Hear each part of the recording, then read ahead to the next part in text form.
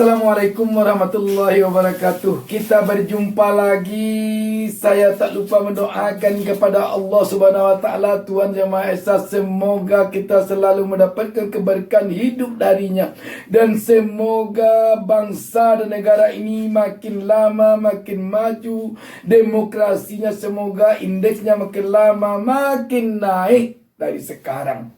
Sahabat BN, ini tampak sekarang ini sudah mulai ada rada-rada kesulitan bagi PKB yang selama ini berada di dalam kekuasaan untuk tampil di tengah-tengah publik. Kenapa dikatakan demikian?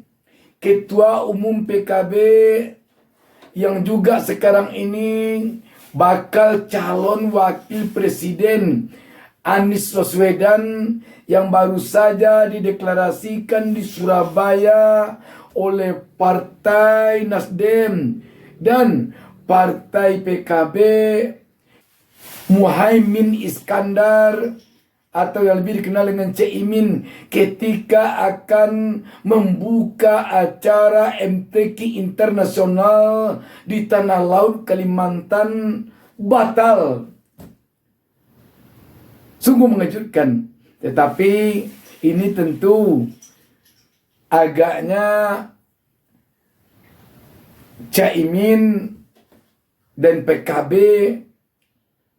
yang selama ini manja karena berada di koalisi penguasa, namun sekarang tampaknya sedang belajar menjadi oposisi. Kita baca saja sebuah berita ini dan nanti coba kita ulas sedikit. Detik News menurunkan berita di bawah judul Caimin batal buka MTQ internasional di Kalimantan Selatan. PKB duga ada intimidasi. Jakarta, Ketua Umum Partai Kebangkitan Bangsa PKB Abdul Muhaimin Iskandar atau Caimin batal membuka kegiatan Musyawarah Tilawatil Quran MTQ internasional di Tanah Laut Kalimantan Selatan Kalsel. Sekretaris DPW PKB Kalsel Hormansah menduga ada intimidasi terhadap panitia. Kabar-kabar burung juga ada tekanan. Tapi untuk lebih jelasnya, tanya aja panitia kenapa begitu. Ujar Hormansah dikutip Detik Sulsel, Selasa 5 September 2023. Caimin dijadwalkan membuka acara MTQ tersebut pada Selasa siang 5 September. Hormansah mengatakan tidak ada sambutan atas kehadiran Caimin dari panitia. Bahkan Bupati Tanah Laut juga tidak menyambut kehadiran Caimin. Kita dari PKB, saya pikir ini kan perlu dipertanyakan. Kenapa sampai beliau ini gagal buka acara MTQ kan? Dan tadi itu kan cuman wakil bupati. Saya nggak tahu bupatinya di mana, nggak nyambut, kata Hormansah. Hormansah menuturkan pihak panitia seolah-olah mengundurkan waktu kegiatan, padahal Caimin diundang untuk membuka dan memberikan sambutan. Dia membantah Caimin batal membuka acara tersebut karena akan diperiksa KPK.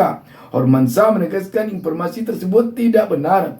Salah banget Caimin diperiksa KPK. Salah, itu tidak ada. Saya pikir kalau ada yang mengatakan itu hoax aja itu sebutnya.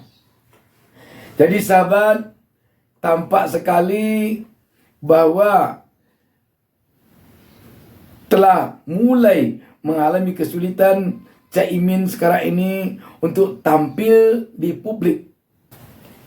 Ini acara sudah resmi dan acaranya sesuai jadwal akan dibuka oleh Wakil Ketua DPR RI Caimin atau Muhaimin Iskandar. Tetapi kok nggak ada yang menunggu dia. Bupatinya saja nggak ada. Sedangkan yang datang itu Wakil Ketua DPR RI. Bupatinya aja nggak ada di tempat. Wakilnya hanya yang ada. Sahabat BN, memang negara kita ini tampaknya masih perlu belajar berdemokrasi. Sehingga betul-betul jika ada persaingan politik, jika ada kontestasi politik, itu sama-sama dihadapi secara demokratis dan secara fair.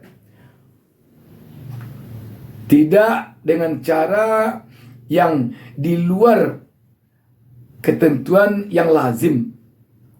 Silakan aja bersaing, silakan aja mencari massa, silakan aja menarik simpati rakyat, tetapi dengan cara yang fair.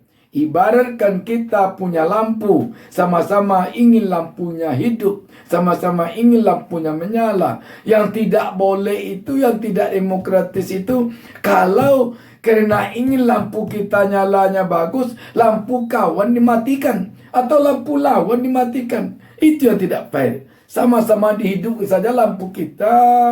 Nanti kalau lampu kita kurang bagus, diperbagus nyalanya. Nah, begitu cara untuk menyaingi lampu lawan kita. Jangan karena supaya lampu kita dipandang agak bagus, lampu kau dimatikan. Kalau memang benar ini berita ini, cara-cara menghentikan kegiatan seperti ini agar Caimin tidak tampil, itu sama dengan mematikan lampu lawan. Tidak benar ini untuk sebuah negara demokrasi. Dan wajar kalau indeks demokrasi kita sekarang menurun jika cara-cara seperti ini masih saja berlanjut. Sahabat BN, resiko kita berada di negara demokrasi memang harus ada persaingan, harus ada kontestasi politik sekali 5 tahun. Tidak bisa dielakkan. Kalau kita tak ingin ada kontestasi politik 5 tahunan seperti yang telah diatur oleh undang-undang di negara kita, ya tentu kita harus tidak di negara demokrasi, beradalah di negara kerajaan yang bisa kita saja seumur hidup, habis kita turun-temurun ke anak kita. Tetapi kalau di negara demokrasi tidak begitu. Kalau masa jabatan kita sudah habis, kalau rezim kita sudah habis masa kekuasaannya, memang nanti diserahkan kepada rakyat untuk memilihnya kembali. Rebutlah simpati rakyat. Memang harus kita akui, pasangan Anies Caimin ini sekarang ini dalam kalkulasi politik dengan analisa apapun tidak bisa dibantah bahwa ini memang sangat kuat. Apalagi dari 3 baca pres yang telah tampil ke publik sekarang, satu-satunya yang membawa misi perubahan hanya Anies. Ketika Anies Baswedan sekarang ini bergabung dengan Caimin, yang apapun alasannya, Caimin tidak bisa dipisahkan dari Nahdien. Ini yang tampaknya membuat suasana politik memang menjadi agak panas. Memang. Sebab peluang pasangan Amin atau Anies Caimin ini untuk menang tanpa kita mendului kehendak Allah. Dan insya Allah memang sangat besar sekali. Tetapi apakah bisa dilakukan hal-hal yang tidak fair untuk mengalahkannya? Tentu di negara demokrasi tidak boleh. Kalau ingin mengalahkannya, kalahkan dia secara fair. Politik adalah serba mencari kemungkinan, serba membuat kemungkinan, serba menemukan kemungkinan. Dan politik adalah strategi dan taktik. Siapa yang pandai memainkan strategi dan taktik, kemungkinan dia yang memperoleh kemenangan. Untuk sekarang ini, strategi taktik pasangan Amin ini memang harus diakui telah dahulu selangkah dari yang lain. Buktinya, satu-satunya dari 3 baca pres yang telah mendeklarasikan secara resmi paslonnya. Sekarang hanyalah baru pasangan Amin, Anies Caimin. Dan Jawa Timur sebagai suatu basis suara yang nomor 2 terbesar di Indonesia, dan masanya di sini benar-benar masa Nahdien dengan dideklarasikannya Amin Anies Caimin ini harus diakui ini memang sangat berat bagi yang lain untuk masuk ke Jawa Timur khususnya. Sahabat BN, kita hanya berharap agar pesta demokrasi tahun 2024 berjalan dengan fair, jauh dari kecurangan, sebab inilah ukuran dari kedewasaan kita di negara yang sudah 78 tahun merdeka ini di dalam berdemokrasi. Itu saja. Wassalamualaikum warahmatullahi wabarakatuh. Jangan lupa subscribe. Jangan lupa subscribe. Jangan lupa